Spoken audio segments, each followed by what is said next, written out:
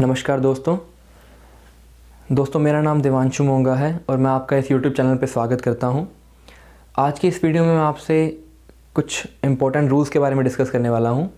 अगर आपको ये वीडियो पसंद आए तो इसे लाइक करें, अपने दोस्तों के साथ शेयर करें और चैनल को सब्सक्राइब कर लें। इस चैनल पर मैं इसी तरह की वीडियो और लाता रहूँगा।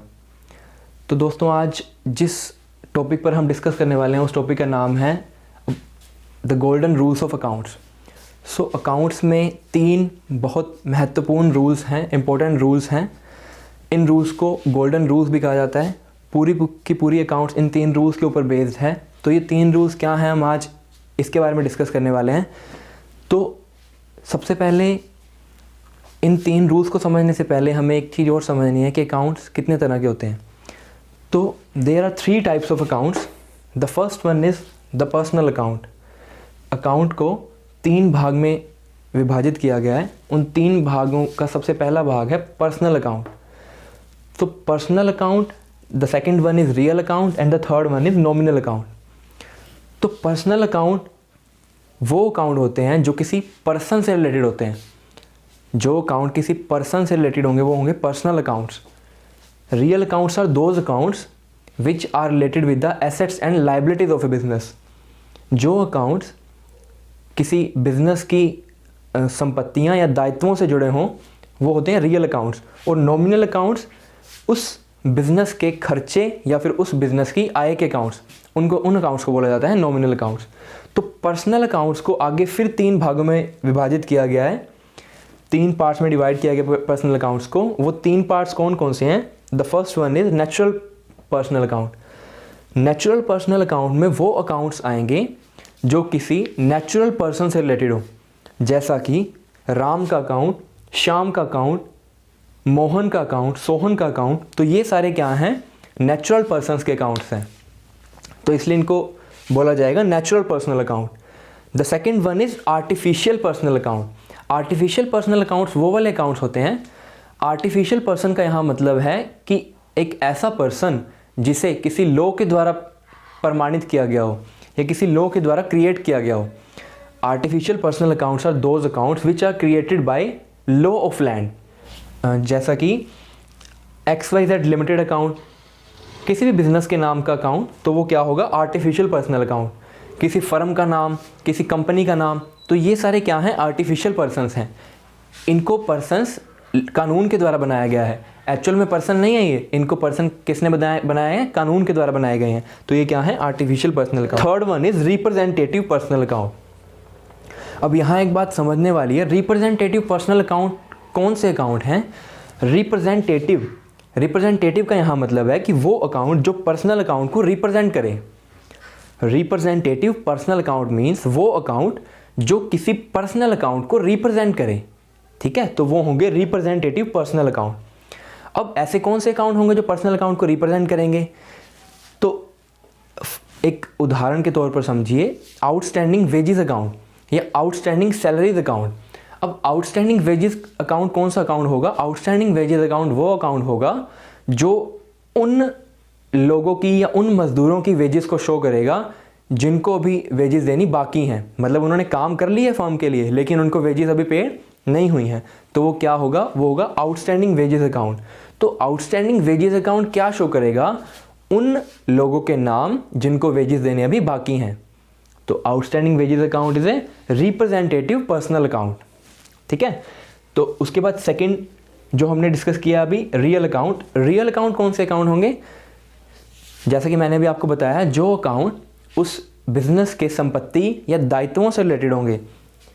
The accounts which are related with the assets and liabilities of that business are known as real accounts.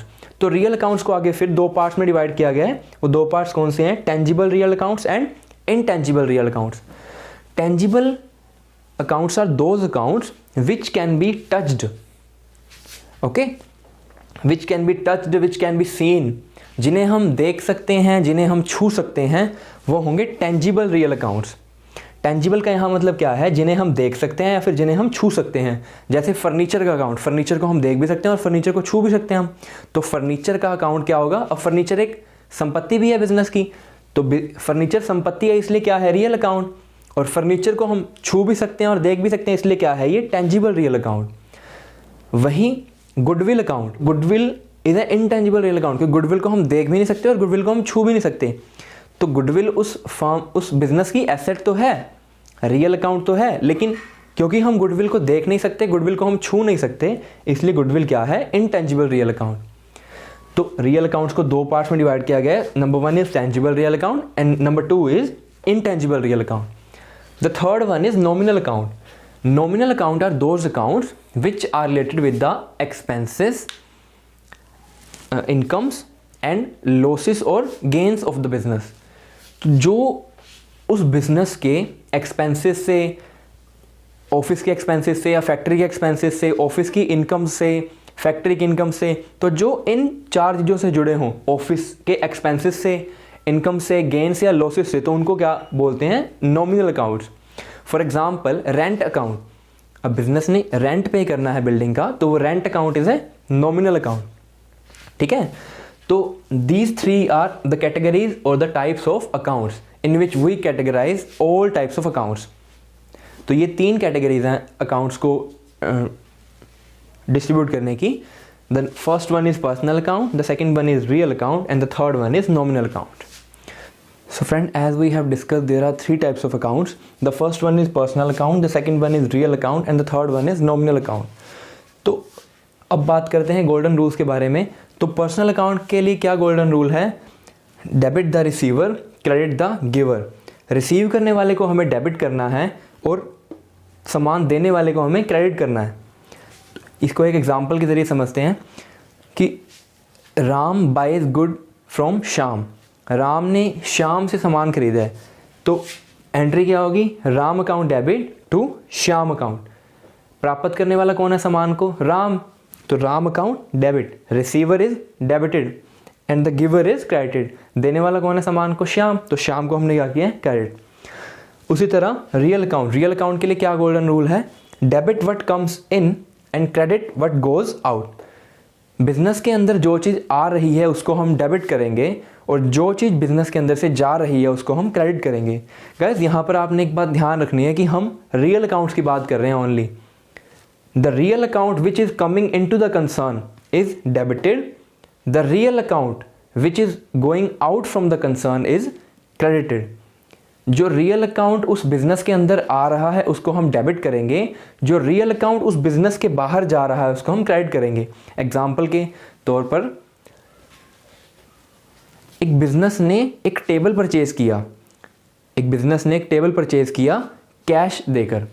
तो सपोज करो उस टेबल की कीमत है 10,000 रुपये, तो 10,000 रुपये का एक टेबल उस बिजनेस ने परचेज किया, तो बिजनेस के अंदर क्या रियल अकाउंट आ रहा है, क्या एसेट्स आ रही है?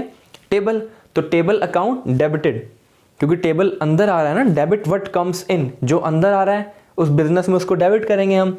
और बाहर क्या जा रहा है उस बिजनेस से? कैश बाहर जा रहा है, तो cash is also a real account. तो कैश बाहर जा रहा है तो कैश को हम क्या करेंगे? क्रेडिट करेंगे to cash account. So debit what comes in and credit what goes out. Clear? The third rule is for nominal account, the rule is debit all expenses and losses and credit all incomes and gains. सभी तरह के expenses और losses को हमें debit करना है और सभी तरह की इनकम्स और गेन्स को हमें क्रेडिट करना है। तो एग्जाम्पल के ज़रिए समझते हैं इसे हम। रेंट, यहाँ पे मैंने एग्जाम्पल लिया रेंट अकाउंट का।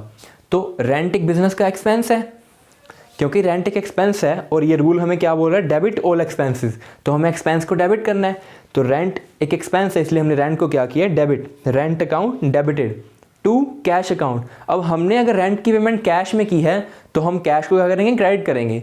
लेकिन कैश क्या है? कैश एक नॉमिनल अकाउंट है, रियल अकाउंट है? कैश तो एक रियल अकाउंट है ना।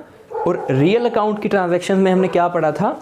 रियल अकाउंट के गोल्डन रूल में हमने क्या पढ़ा था? Debit what comes in and credit what goes out. अब इस कंडीशन में कैश, क्योंकि कंसर्न से बाहर जा रहा है ना, बिजनेस से बाहर जा रहा है कैश, तो इसलिए हम कैश को क्या करेंगे? क्रेडिट। यहाँ पर रेंट अकाउंट जो है वो क्या है? नॉमिनल अकाउंट, और कैश अकाउंट है वो क्या है? Real account. So these are three basic rules of accounts. These rules are also known as the golden rules of accounts. These are very important rules. ये रूल्स आपको पता होने चाहिए अगर आप कोई भी जर्नल एंट्री कर रहे हो, और journal entry is the base for accounting. तो मैंने कोशिश की है कि आपको ये रूल समझ आ जाएं। अगर आपको ये वीडियो पसंद आए तो इसे लाइक करें, अपने दोस्तों के साथ शेयर करें, चैनल को सब्सक्राइब करें, क्योंकि मैं इस चैनल पर इसी तरह की और वीडियोस लेकर आता रहूँगा। Thank you very much.